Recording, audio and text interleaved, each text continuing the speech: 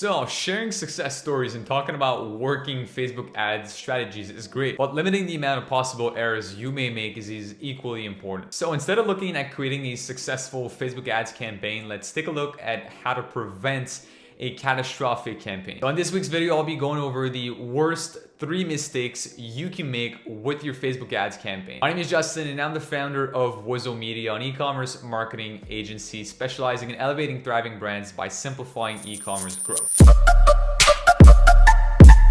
Before we get started, make sure to leave a like, subscribe, as well as turn on post notifications to be one of the first to know about these cutting edge e-commerce marketing tips posted on the channel every week. So the first mistake that I see a lot is that people only test one type of creative. And I'm saying that, and I have really close friends and partners that actually do that with some of the clients. You know, they swear by videos, or some of these swear by, photos, some of these swear by stories, or whatever it is. They test only one format or one type of creatives because they say that they know that it works really well for their brand and their business, and that this is where conversions are at, which could be good, could be good to some extent, but obviously you wanna make sure that you test more than one type of creative. And here's why. So videos are great for engagement. They're great to get your audience engaged. They're great to educate them. They're great to create essentially a hook. So they're great for traffic. Photos are good for products. They're good for lifestyle. They're good for just to give a quick mood about what everything is. They're a really concise way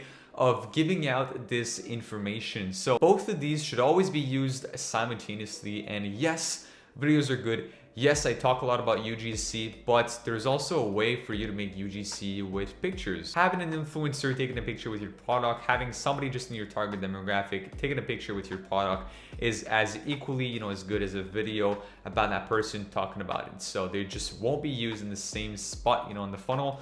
Videos are great on cold ads.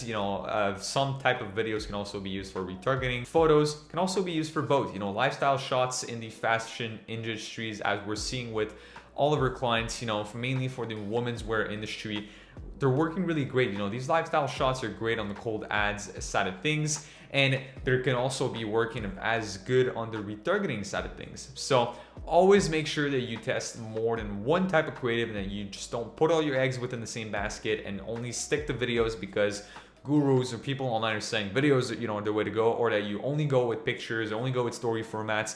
Always test all of them at the same time. Now, the second mistake that I see a lot is people make changes too often. So I see people, they optimize, daily, they optimize even more than once a day.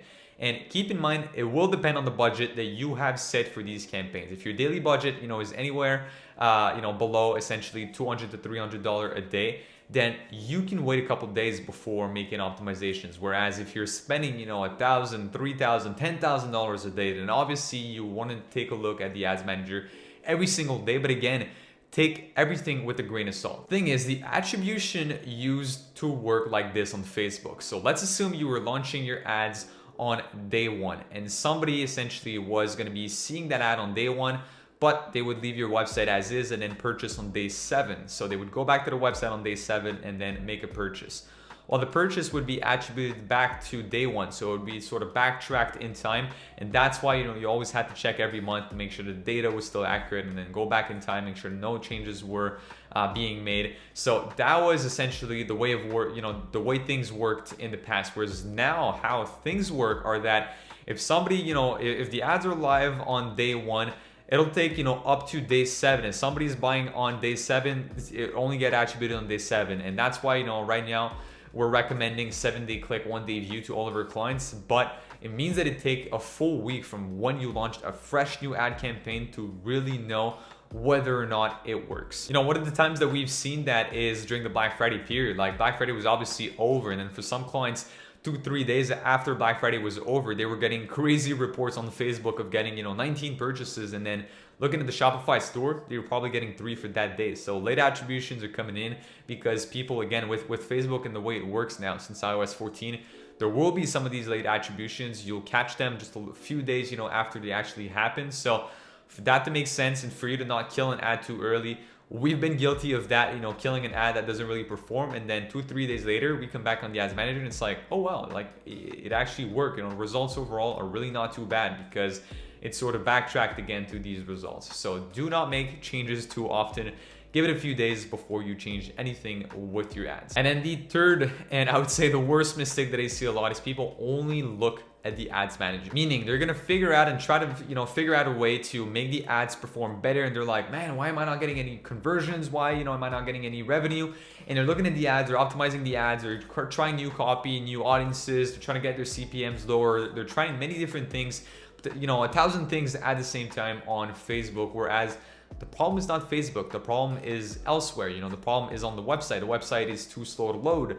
The website, the conversion is just not great because the way, it's not mobile optimized, or you get a pop-up way too early on the website, which just scares people away. So a lot of the work and the heavy lifting is done on the website. Like if the website is not good, people will not convert. It's the same thing as having a physical shop, physical store. If you could have the best products ever, but if somebody comes into your shop and it just feels weird, it feels off, the vibe is not there. Actually, let's say it smells bad, the lighting is not really good, your shelves, are all crooked, people will be, scared away. They'll be like, all right, I'm not into, I mean, the ad was great, they saw potentially your ad in the newspaper, they came into the shop, but it's like, it's not really worth it once they get there. They don't really want to buy. It's the same thing online, and it's actually even worse online because it's so easy for people to click away. A millisecond extra of loading time can just lead, a few more hundred people to just click on the website and just not actually go through. So don't simply look at the ads manager. Obviously, take some time and look at the metrics, analyze everything. There may actually be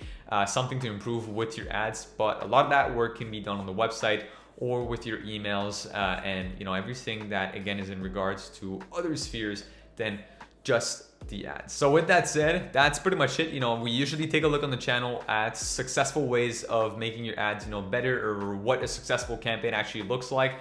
I think it was going to be interesting to sort of backtrack and be like, what is an unsuccessful strategy looks like, and that is pretty much what we mentioned in this video. It's these three things. Doing these definitely won't lead to you having any success with your ads. You want to make sure that you look at other spheres of the business. You want to make sure that you test more than one type of creatives, and finally you also want to give it some time when you're creating some new campaigns. So if you're an e-commerce store owner or brand making at least $20,000 to $30,000 a month with your store, I would invite you to click on the first link in the description down below and book in a really short 15-minute demo call with our team. Best case scenario, we partner up together, we help you grow within the next few months and scale your business to the next level. Or worst comes to worst, you'll leave the call with a free action plan to implement yourself or give your current agency. So on that note, I'm gonna wish you guys a great week, and I'll see you guys very soon.